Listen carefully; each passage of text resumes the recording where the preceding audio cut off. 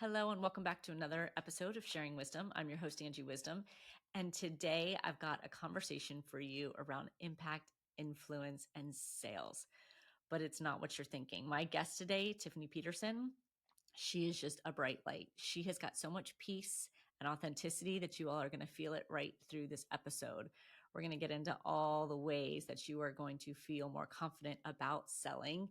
And when you don't get enough of her today, you can know that she is going to be speaking at Get Intentional on May 17th. So you can come see her live and in person. She's got an impressive history at Franklin Covey, Rich Dad, Poor Dad, Jack Canfield, being in the personal development space and sales coaching. So let's get into it. Thanks for joining me, Tiffany. So fun to be with you and a fellow redhead. That doesn't get to happen I for me very know. often, right? Team Ginger, Shades of red. shades of red. Honestly, like the way I open that up, it's what we spent some time earlier together. And that was like the one word that kept coming up for me was like, oh man, her energy is so in alignment with what she does. And I don't mean this in a bad way for some people, but some people, there's a talk one way and there's an act one way. Like Mm, everything that you do and that you say, it's like, oh no, she's real. Like you feel the way that she transforms people and the way that she shows up for her people. I mean, have you always mm, been like that? mm. Well, I mean, I have no idea, right? But I think in terms of that perspective, but I think as we come into more life wisdom, and I just love that's your last name, by the way. Mm, When we come into, and a lot of the work that you're teaching as well is how we're living in alignment with our values and are we aligned to that. And the way that I think for me, it's expanded more and more just with lifetime, life experience and lessons and mentoring and being mentored for me specifically by the Holy Spirit and being mentored by life. And sometimes those lessons are, they're a lot, but it's just this awareness more and more, I think, for all of us is coming into, am I in alignment with myself at the foundation? And, we live in an interesting world that ebbs and flows and changes and algorithms. And I know for myself, I've spent a lot of my life that I was hustling for approval and really trying to work hard all the time and, get the badges and get the bank account and get the, all of the things that we might think would give us significance and approval. And one of the gifts I think with a little bit of lifetime and wisdom behind that gives you like, okay, what's really true and right for me and helping me come more into alignment, like your word is that. So yes, and it's ongoing too, right? There's new levels and new layers of healing for that. But I think ultimately the end of the day is asking ourselves is, do I like me? mhm.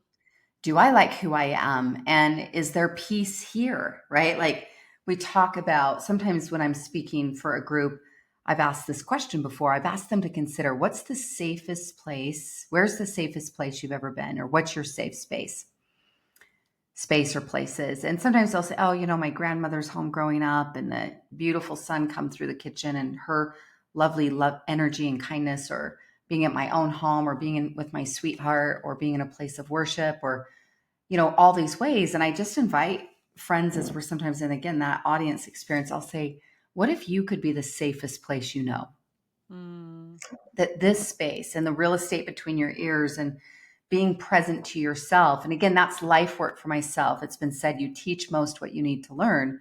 And that has been my own path quite a bit is learning how to love myself more, how to have more sense of security or safety within myself. What I like to say, coming home, right? You mhm. come home to yourself. And so that's maybe kind of a longer answer to your question, but it's an ongoing practice. And yet there's muscle memory now there more so than there's ever been about, am I in alignment with myself? Am I true to myself and true to my values and true to, taking care of and showing up for me versus expecting the world to always give me worth and validation. And that's Mhm. can be an empty bucket at times. For sure. Yeah. I mean, as you say all of that, I can't imagine you any other way. This just feels like Right. such your genuine and authentic aura from forever. But you mentioned you used to be kind of more in that, badges and trophies and Mhm. gritty and all of that. So there was a time, and I want to talk about your kind of your path that led you to this, right? You did sales and you worked with some pretty big name companies all around the personal development space. Was that the period that you were a little bit gritty, or had you been developed by then? Like, give me a little bit of timeline there. Well, I think it's always in progression, right? And it's like there's a third grade level and then a ninth grade level and Sure. then a senior level and then a college level and then a graduate.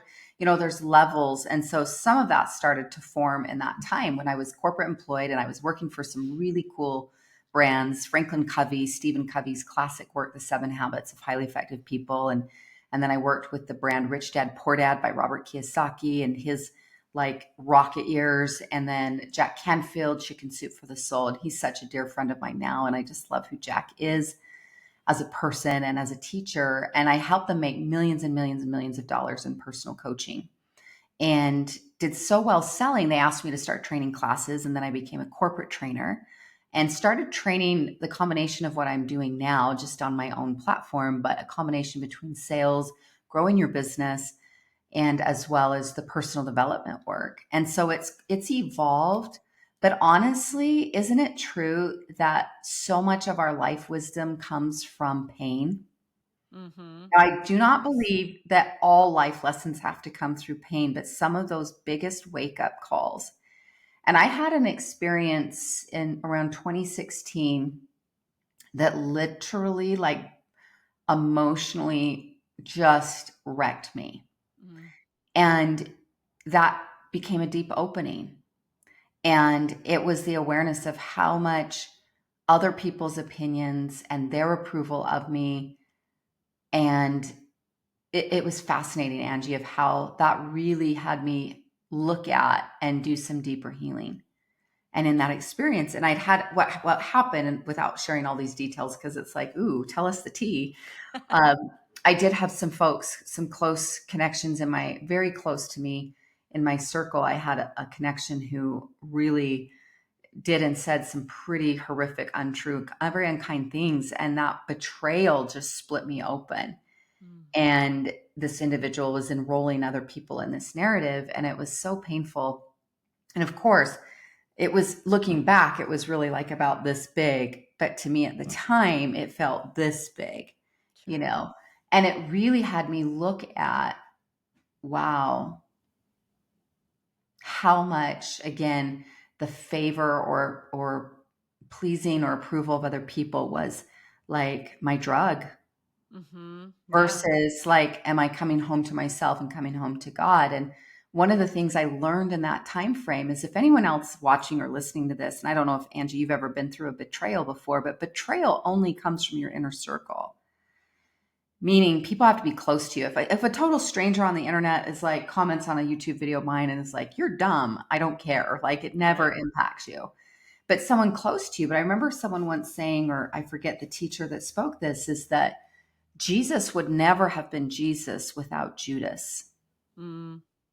And part of him being in his mission, and I respect whatever faith or beliefs people have, but I think studying that and just the awareness that he was betrayed by his inner circle, but it also ascended him through that deep pain and that deep, suffering, ascended him into his highest purpose and potential. And so, not that I know this isn't necessarily quote a big spiritual podcast, but there are spiritual lessons always happening in our lives. And I don't necessarily mean that has to be religious, because that's not always how it presents is for me. But the reality is that I went through some of those things, and what they did is they brought me home to myself. Because when you're in deep emotional pain, whether it's a betrayal, a divorce, a heartbreak, a deep loss of a loved one, like, it puts you in a surrendered position, and it can be a huge alchemist. Pain is a Mm-hmm. great alchemist into truth and into expansion. And while I Mm-hmm. absolutely still care about other people's feelings, and there are ways I can still get triggered by other people's opinions or things, I have a deeper foundation in myself that certain pain experiences have initiated. Yeah, that's so good. So good. And I want to kind of go back to, you had said, like, at that point, it really rocked your world, and you learned a lot about yourself and it brought you home.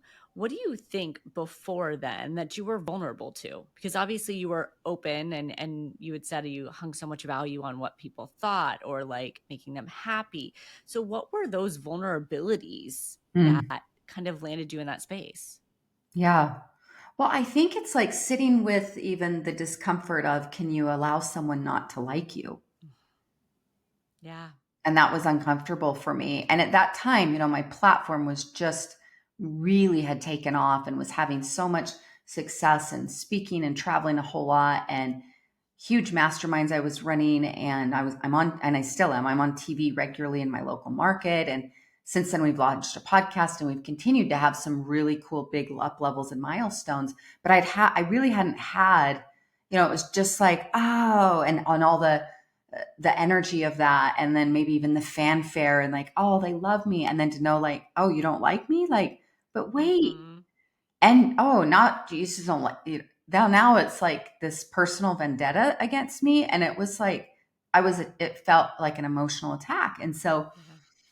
again, looking back, of course, hindsight, I'm like, oh, I am so grateful I went through some of these lessons, because what they deepened in me and broke open in me. I remember hearing once that a broken heart is an open heart. And Mm. when your heart's broken open, beautiful healing and expansion and miracles can happen there. It's like, am I open to that? And so, Sure. yeah, it's been quite a journey. But I think anyone listening is, even though the characters in your play are different, right? We all have different people in the movie and playing out different roles, and we're learning different lessons. We have some similarities. And one of those core similarities is learning how to come home to yourself, love yourself, have your own back, trust yourself, right? That's why I'm such a fan of your work. The non negotiable you is learning to really come into deep alignment and deep, almost literally like a vow of, I'm going to trust myself in such a way that I'm going to show up for me. Yeah, it's such a shift. And so, do you, if you kind of summarize that shift for you after you Mhm. went through that heartache and the trauma of everything, what was it? Is it, would you define it as self trust when you say coming home to you that really anchored you in yourself? Mhm. I think Yeah. I think for me it was realizing my worth wasn't outside of me.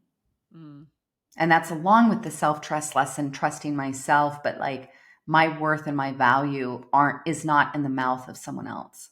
It's between me and God. And if I'm aligned yes. with me and God, that's the only opinion I'm looking to be in favor of, and like I'm aligned there. Do I care about how I treat other people? Absolutely. Do I care who I'm going to be on the planet and the kind of energy and the kind of light and the kind of contribution? I'm very passionate about that my life is utilized for good. Now, I still am a human, and there's times people annoy me, or they're driving too slow, or, I'm tired, or I'm hangry, and I am not thinking saintly thoughts all the time. Let's make sure we're all clear about that. But my core is anchored in those truths and those principles, and just realizing, and same for every one of you, your worth is not outside of you either. Hmm. And sometimes it's like, well, if I'm just lose that last 10 pounds, or if I just got the man, or I got the girl, or I got the promotion, or if I have, even, 1,000 more followers on Instagram, or X amount of likes on social media, or if my bank account, or whatever. And it's like, if these external things would just be better. And by the way, there's nothing wrong with wanting or having any of those things, but it's like you're building a house on shifty ground, so to speak, if your worth is outside of you. And on things that you ultimately can't control, Can't right? control. All of those. I That's mean, the deal. that's that wicked kind of cycle that you get into is trying to control that, right? What someone thinks about you, trying to get the followers, trying to get the deal. And again, it's, yeah, when you hang your self-worth Hmm. on those things, I always say then you're giving everybody else the ability to decide what you're worth, how much you are loved and valued. And that is just such a dangerous, slippery slope, you know? So Hmm. bringing it back to you. Now, my mind is going all over the place with, okay, like this is so relatable to just life in general, but obviously sales. And everyone is selling something. I don't care whether you have a product or a service, you are selling yourself in Hmm. everything that you do. And so when you were going through this transition, because that was, say, 2016, you said, right? Hmm. So I kind of want to know like the sales you before then and Hmm. then the sales you after then, because I very much I feel like we have synergy in this space. Like Yeah. I sold one way when I started out my financial career, and I tried to be everything to everybody, and a totally different way once I found myself. Hmm. Well, I think there's similarities and there's differences. The similarities is like having a true deep confidence in what you're selling. Like you believe in what you're selling, it's product or it's service, and it's helping contribute to someone's life, business, home, whatever it might be. And it's having that. So that's the same. It's like I'm still just as confident that what I'm representing is in that way. But I think, like, just in all candor, again, because it's like Yeah. being authentic, I think I was more of a hot dog and more like hot, just like the energy of I'm a hot shot and just kind of this Uh, vibe like I'm such a baller. I'm such a, and I still have yeah. confidence, but it's less dripping with swagger. Like the confidence is there. And if anything, the confidence is sturdier. But I think I was, Yes. I mean, just in honest, sincere reflection, I was just kind of like, I'm the stuff. Like Yeah. I'm a hot dog, like hot stuff. And I still think, again, confidence is so powerful in selling, but part of maturity and being humbled at times through pain or challenges, you also come into, at least for me, I think that's one of the biggest shifts. And or similar to that is feeling like part of that was I had something to prove, Mhm. right? Yeah. Like I've got something to prove. This level, this next, award. I won a lot of awards in my corporate career path. Being an entrepreneur, there's less awards given to you. Those things can still show up, but you have your own benchmarks and like revenue's up again this year, revenue's up and this thing and that thing. And I'm doing all of these things. And it was fascinating, yeah, like how some of that has definitely shifted. The heartbeat's still there, just as strong, if not stronger.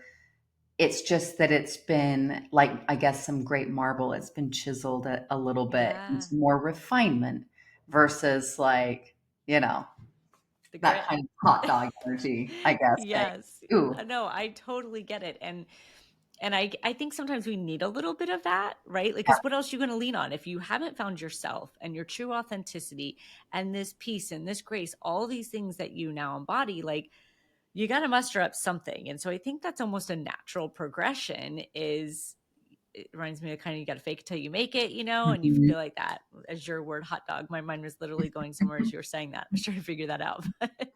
Yeah. But you do that. And now, like to compare, because I feel like, yes, the little bit of similarities there, like now that's why you talk and you have the energy you do, because it's just like taking off that 100-pound weight vest. Hmm. It's like, Hmm. now I can just move through so fluidly. I often think like, man, I should go back into the financial industry. I mean, I still own a financial firm, but I don't practice with clients because I would be way better at building those relationships and moving with kind of flow and ease and doing it so effortlessly now after this Hmm. development.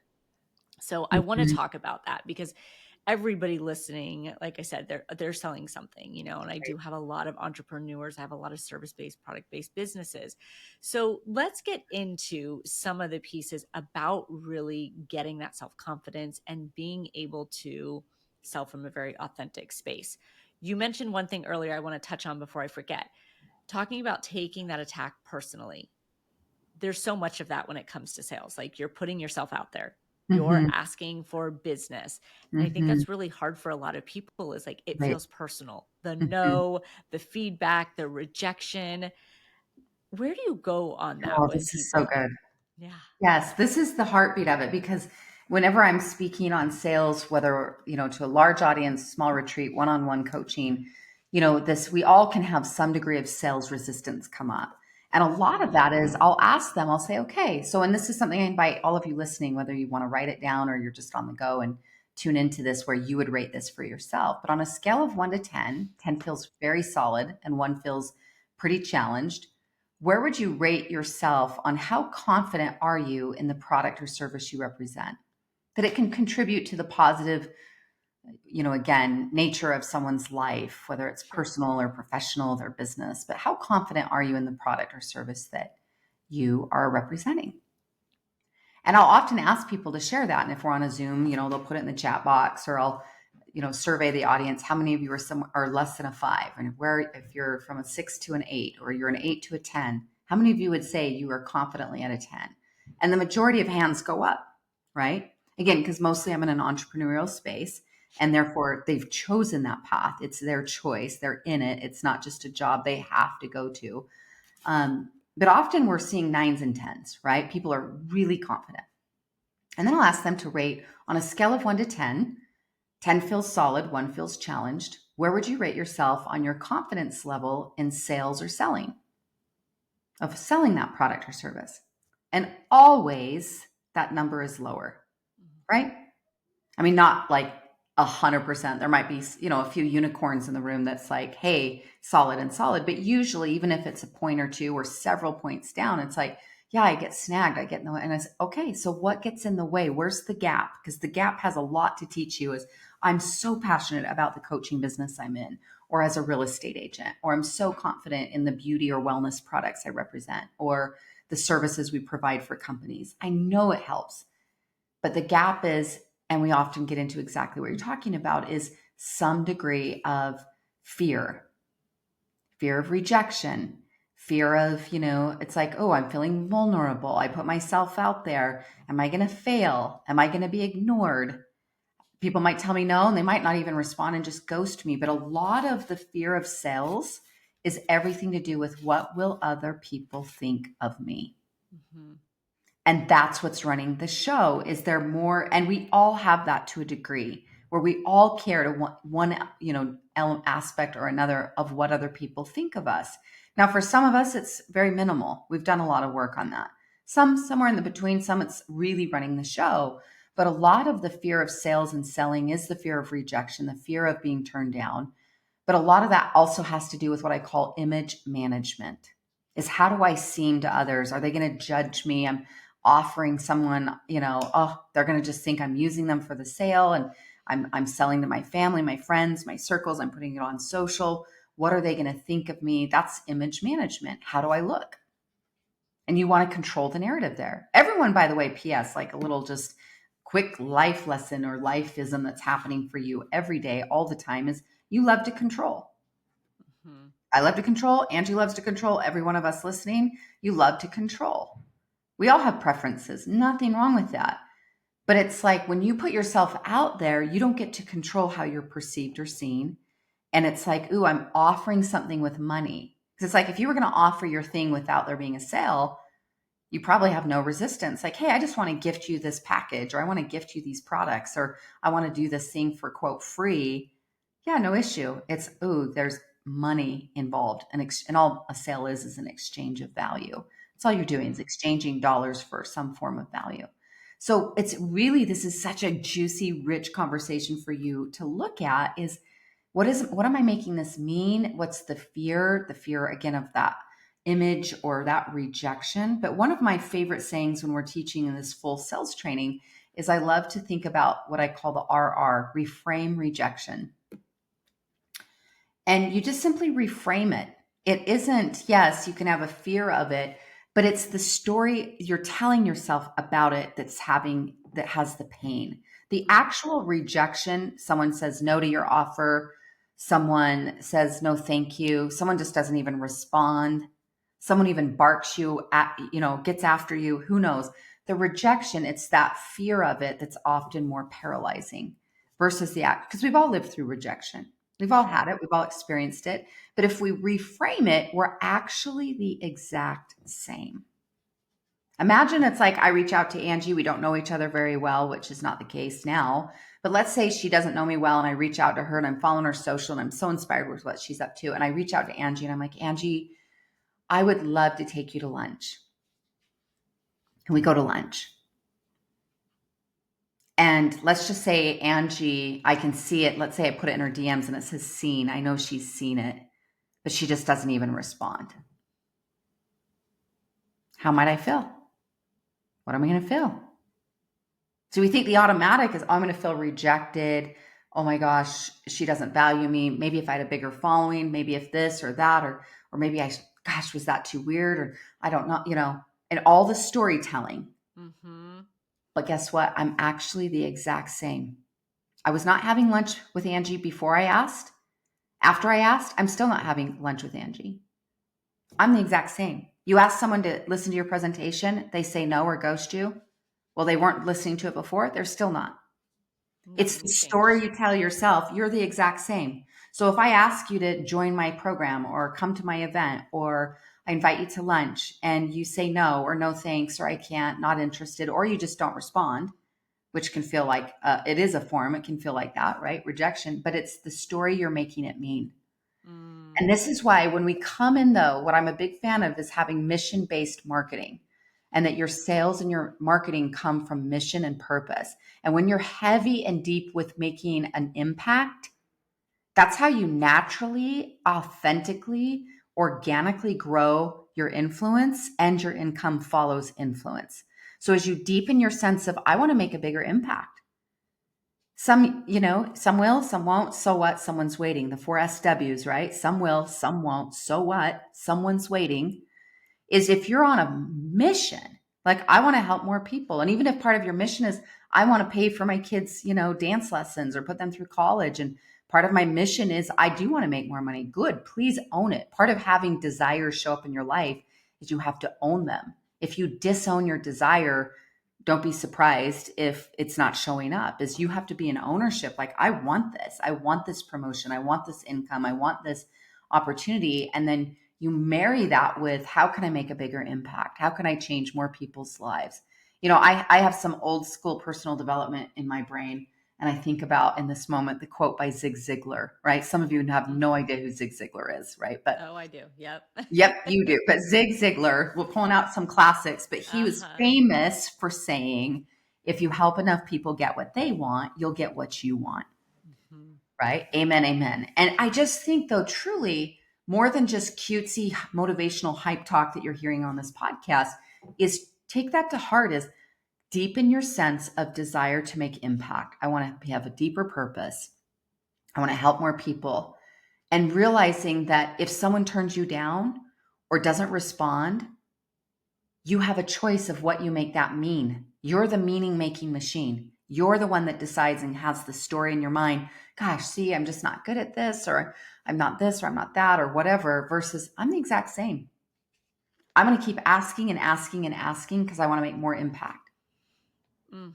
So knowing good. that that's going to happen, that more people are going to say yes, just out of putting yourself out there, but navigating those feelings. And It's again, then, interesting. oh, yeah, go No, go ahead. ahead. Go ahead. Well, I was just going to say, it's going back to what we were talking about earlier. And the more you come home to yourself, are there times I can still feel those emotions? Oh, I feel left out or rejected, or I don't feel like, ooh, that felt vulnerable of me to put myself out there. Absolutely. 100%. I'm not above feeling those emotions.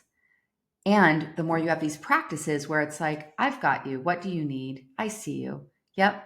We're passionate. We're on fire. Some will, some won't. So what? It's okay.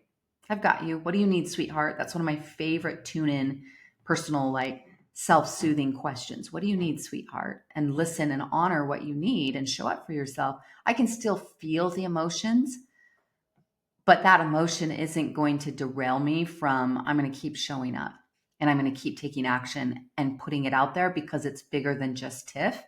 It's Hmm. about I'm in alignment with my purpose, with a calling, with something that I feel super passionate and committed to, that I'm working towards helping more people while it also helps me too. It's like I'm in that space. So impact will create more influence and more income. So you deepen like your sense of impact is one of the ways you naturally help level set some of that fear of rejection is I'm on purpose, I'm on a mission, and this is bigger than just, hey, me. It's about, hey, I'm here to offer solutions and contribution. And I think that's where people get lost sometimes. As you're saying all of this, I'm like, I'm nodding. My head's getting tired from nodding so much. So I'm like, yes, yes, yes, right? Yeah. And as you're talking about this passion piece and your desires, and I'm like, yes, it's okay to have the desires. 100%, you have to have those. But sometimes I think people lead with their desire, right? Like, oh, I'm asking for this business, or I'm trying to help this person Mhm. because I want this result for me because I want that house, I want that savings, I want that stability. And there's nothing wrong with wanting that, but I believe the majority of the people have the passion too. That just kind of gets tossed to the side. And if we go back to leading with the passion, the income, the results are a byproduct of that. And so I Hmm. love that you brought that back up Hmm. because you just get to operate from a different place, from that Hmm. place of passion and impact and It's really so making a true. difference there. Yeah. And here's the That's thing, I amazing. love making money. I do. I love making money and I love helping other people make money. And not because it's what's on the altar that I'm worshiping, but it's like, hey, it's an energy, it's a vibe. If I'm making more money, I'm making more of an impact. But I Hmm. there's this quote by Tony Robbins where he says, dollars follow value. And so when we think about, I want to be a value creator, a VC, right? We often hear VC and we think venture capitalist, which that too, Hmm. you're adding value, but to be a value creator. And the more you're like, I want to make a positive impact to this room on social, to my connections, like you and I both know that really your business is relationship oriented, right? Like Yeah. who you know. I mean, how we got connected through a relationship. And it's like the power of nourishing your relationship, showing up, being the kind of person, again, a VC that's adding value, being that value creator. That also, again, brings us back home to, you know, that again, encourage confidence, but also gives us purpose. Because if it was just only about the money, like as I'm saying, I love to make money, but guess what? That's not what really I'm in love with in my life and like what Right. lights me up. It's just a sweet bonus of, okay, the other things, but you're making a bigger impact. Yeah. And that feels good. I mean, in the end, that's what we all want to do, Yeah, when we you have get to have past. purpose. Yeah, Absolutely. Yeah. so good. And I'm so watching the clock because I know we have a hard stop here, but there's so much I want to tap into with you, which is why I'm so glad you're coming to get intentional and you are going to be on this stage I'm so excited. leading and helping people transform their mindsets, their confidence, their self worth so that they can get into this place of passion and impact and influence. So it's going to Mhm. be absolutely amazing. Give me, because of our short amount of time, tell me what the most important thing is that people should know about showing up, influence, impact. Hmm. I know that's hard. No, it is because it's like, hey, the one thing, and so I may tuck in two or three under the one. That's fine. But bridging off what we were talking about is like, I'm showing up to add value, to make an impact, to be of service. When you think of sales, think of service. That's really a synonymous term is what you're doing in sales is you're helping people get their needs met. You're solving pain and or activating pleasure or possibility for them. And you're really just what I call a solutions provider. But one of the most important skill sets, which we'll be going deep on in the workshopping time at your Get Intentional event, which I'm so looking forward to that, is to be great at sales really is two core things. One is that you show up to, like we've been saying, add value, nourish the relationship, help people feel seen, valued, significant. But the skill set that does both, helping people feel seen and significant, but also helps you close more sales, is in the power of asking really good questions. A lot of times people think to be great in sales, oh, I've got to be a certain personality type. I've got to be over the top. I've got to be super charismatic. I've got to be an extrovert or a certain profile type. No, you show up genuine and sincere of, I want to help people get their needs met. And you learn the art of asking really good questions. Hmm. Because it's been said, or this concept is if it comes from their mouth, so your prospect's mouth, it's gospel. It's truth. It's from their mouth. If it comes from your mouth, it's an opinion. And so the more that you train yourself is rather than things I want to tell a prospect or a client or my spouse or my kid, right? Because getting your kid to like eat their vegetables and go to bed on time is a sales process too. I mean, sales is throughout your whole life. It's how do I get enrollment, right? Whether at home or on sales or at the office. But it's learning how to ask and lead with asking really good questions. And so that's a skill when you equip people with that, then they have naturally, again, more confidence and ease to lead a sales conversation because it's less about I've got to perform for you Hmm. versus I need to understand you. And one of my favorite phrases that I teach in my sales training is to diagnose and then prescribe. is Mm, that you move into that diagnostic of like, tell me about you and where you're at, what's working well, what are you frustrated by, what do you want to experience more of or create more of, what would that look like and feel like, how long have you thought about changing that or creating that, how can I best support you, and if you had that kind of support, what a difference would that make for you? And again, you're just taking and learning, and that becomes a skill. This was something that I mastered working for Canfield, Jack Canfield, and Stephen Covey and Robert Kiyosaki, and learned how to teach and train, was the masterful level of asking great questions I versus like, love that. well, we'll just kind of put it out there and see how it goes. It's very intentional of, it's again what we might call diagnostic selling or Well, consultative selling.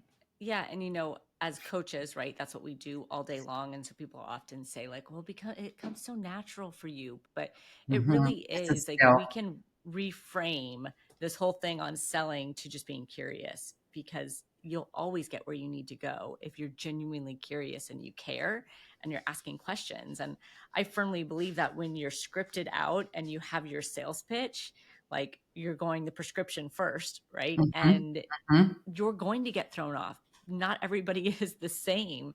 And that, I believe, really wreaks havoc in your confidence if all of a sudden you're like, now what? So I love Mhm. that. You're going to be bringing that to the event Mhm. and helping people master the art of those questions. So, Yes. And one of the key things that attaches, as we mentioned already, influence is how do you influence people?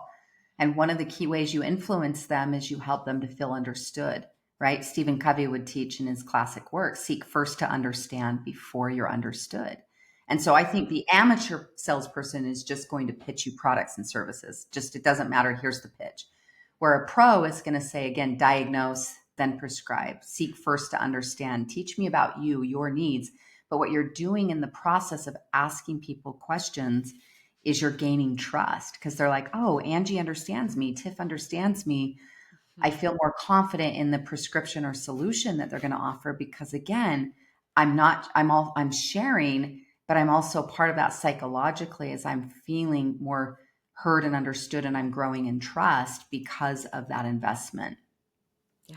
And I would argue, I'm like shaking my head over here because I'm like, I would argue that that is more important than anything else when oftentimes people lead with their credibility and why they're so great, right? And they're telling you about Mhm. them so that you understand why they're the number one at this or, this certification. And you can be the best at any of it. But if that client doesn't feel like they have been heard and understood, it's not going to Mhm. matter. And I often find that you could just fully understand and talk to a client and ask questions, and they could care less about what you rank, your certifications, or anything else because they truly feel connected to you and they built that trust with you. It's Man, so true. we just jumped into like the juiciest I know. parts right now. Here we And we're go. like, It's and like, here stay we go. We're tuned, going to stay try to tuned. cover all these things. So, but yeah, thank you for having me in a really good, Yes. what we might say, I'm a big fan of charcuterie boards. It's like we've had a very tasty charcuterie board here today. And We I'm looking have. forward to just going deeper in person at your gathering coming up in May. I'm so looking forward to that. So good. And everyone that's listening, I know they're feeling your energy and want to know more. TiffanySpeaks.com. You can find all sorts of great stuff about Tiff on there. She has a Thrive Masterclass, I think, coming up soon, actually. So, right? Your Yep. masterclass. Yep. There's always So, something coming up. So we can just get always. plugged into that. Yep. Yep. And on social, we'll put all your links on there. So make sure you follow her along, get all the good details. And more importantly, come see her May 17th at Get Intentional. You can say hi in person. Yes. Come Thanks. hug us Thanks. both. Yes, I Thank love you, it. friend. Such a joy to Thanks be for with you. you too, Tiff. Talk to you soon.